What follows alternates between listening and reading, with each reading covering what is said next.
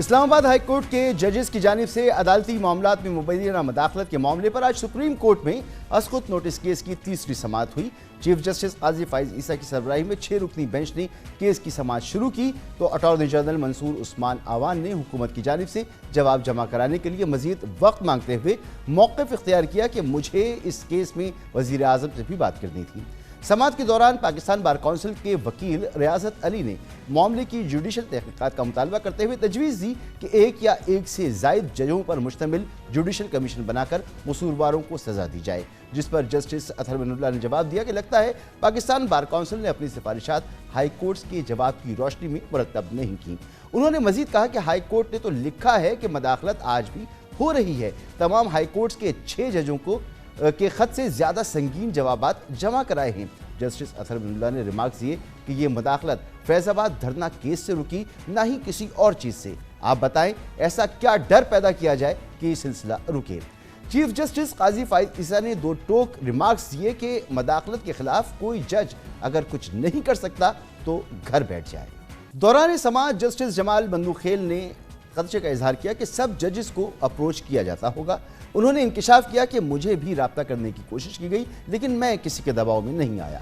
Chief justice نے کہا کہ ڈسٹرکٹ جج کے پاس بھی پار ہوتی ہے، مداخلت پر کھڑا ہو جائے، سپریم کورٹ کوئی ہدایت جاری کرے گی تو اس سے ماتحت عدلیہ کمزور ہوگی۔ جسٹس اطہر من اللہ نے سوال اٹھایا کہ سپریم کورٹ کا 7 رکنی بینچ توہین عدالت کی کارروائی نہیں کر سکا تو ہائی کورٹ ججز کیسے کریں گے؟ جسٹس جمال بندوخیل نے تجویز دی کہ ذاتی طور پر ہر جج اپنے آپ کو مضبوط کر لے کہ کوئی رابطے کی کوشش نہ کرے، اگر میں کمزور ہوں تو وہ کامیاب ہو جائے گا۔ جسٹس اطہر من اللہ نے کہا کہ ہم یہ کہہ رہے ہیں کہ مداخلت ہو تو بس ہمیں تگڑا ہونا چاہیے۔ جسٹس اطہر من اللہ نے پھر سوال اٹھایا کہ مداخلت ہو ہی کیوں؟ 2018 میں مداخلت سے کسی ایک سیاسی جماعت کو فائدہ ملا، آج کسی اور کو مل رہا ہے۔ جسٹس اطہر من اللہ نے کہا کہ 6 ججز نے مشترکہ خط لکھا جبکہ حتمی ذمہ داری تو وفاقی حکومت کی ہے۔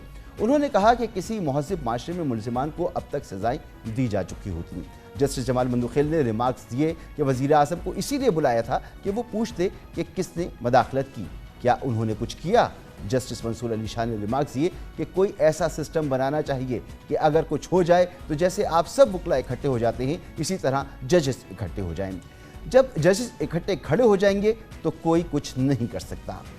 آج D G I S P R نے ایک غیر معمولی پریس کانفرنس کے دوران عدالتی معاملات میں مبینہ مداخلت کے حوالے سے پوچھے گئے سوال پر کہا کہ بغیر ثبوت کوئی الزام نہیں لگانا چاہیے۔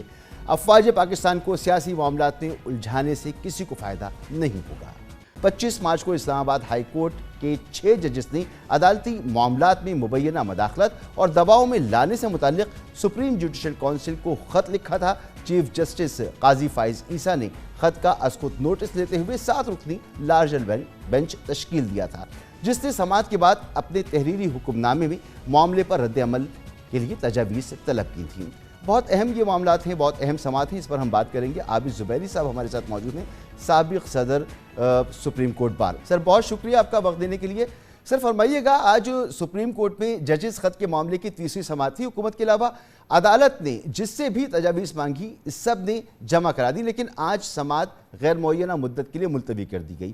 کیا آپ نہیں سمجھتے کہ اس کیس کو جلد سے جلد منطقی انجام تک پہنچایا جانا چاہیے؟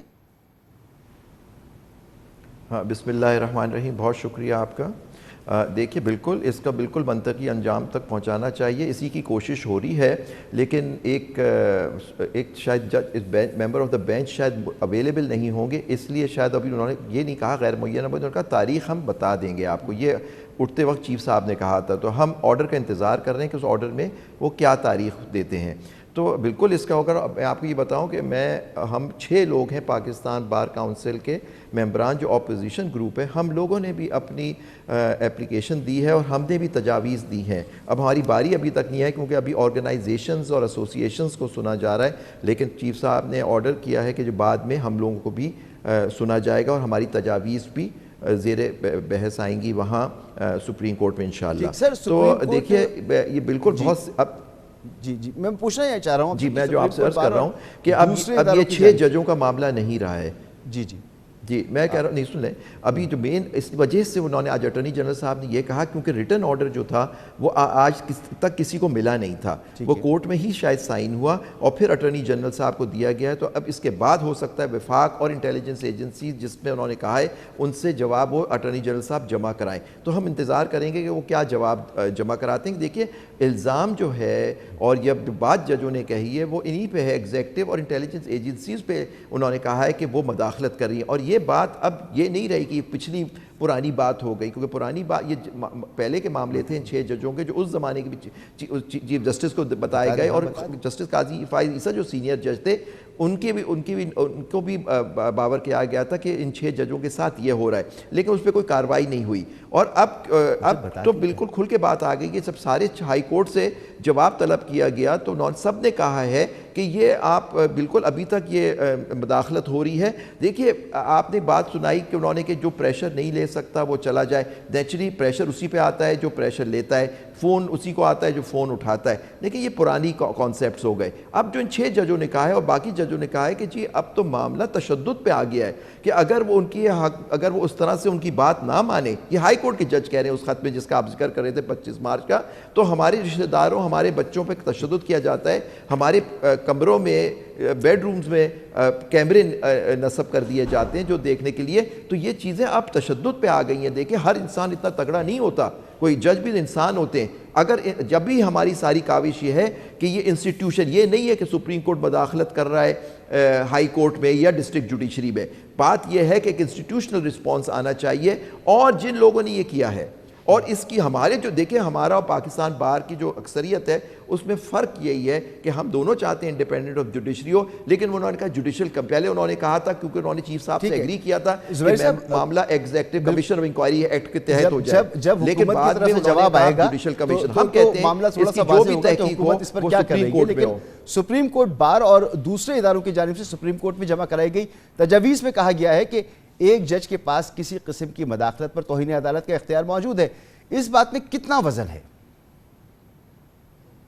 دیکھیے بالکل آپ وجہ فرما رہے ہیں کہ توہین عدالت کا قانون ہے، آرٹیکل 204 ہے کانسٹیٹیوشن کا جو دیتا ہے power high court supreme court کو توہین عدالت کی، اور پھر کنٹیمپٹ آف کورٹ آرڈیننس ہے 2003 کا، لیکن یہاں یہ صرف کنٹیمپٹ کی بات نہیں ہے، بات یہ ہے کہ ان کے دیکھیں آپ مداخلت کریں بدتمیزی کریں کچھ ہو تو جج آپ کو دے دے، لیکن بات یہ ہو رہی ہے کہ کسی مخصوص فیصلوں کے اوپر آپ انٹیلیجنس ایجنسیز یا ایگزیکٹو اثر انداز ہونے کی کوشش کریے، اور اب وہ نہیں کر رہے تو ان کے گھر والوں ان کے رشتہ داروں پہ تشدد کیا جا رہا ہے، ان کو دھمکیاں دی جا رہی ہیں، تو یہ انٹیمیڈیشن ہے۔ انہوں نے کیا کہا ہے؟ انہوں نے کہا کہ جی اس طرح سے ہوگا، ہم یہ کنٹیمپٹ تو کر سکتے ہیں لیکن بعض لوگوں کا پتہ ہی نہیں ہوتا، ان کے کسی نے ان کو اٹھا لیا، ان کو نوٹس کرا، انہوں نے یہی بات اپنی چیف جسٹس کو لکھ کے بھیجی تھی کہ یہ ہو رہا ہے، آپ اس پہ ایکشن لیں، فل کورٹ میٹنگ کال کریں تاکہ ہم کوئی اس پہ ایکشن لے سکے، وہ نہیں ہوئی۔ سپریم کورٹ کی سینئر ججز تک بات پہنچائی گئی، اس پہ کچھ نہیں ہوا، پھر انہوں نے فائنلی یہ خط لکھا دوبارہ کہ جی آپ کوڈ آف کنڈکٹ میں بتا دیں، کیونکہ کوڈ آف کنڈکٹ تو سپریم جوڈیشل کاؤنسل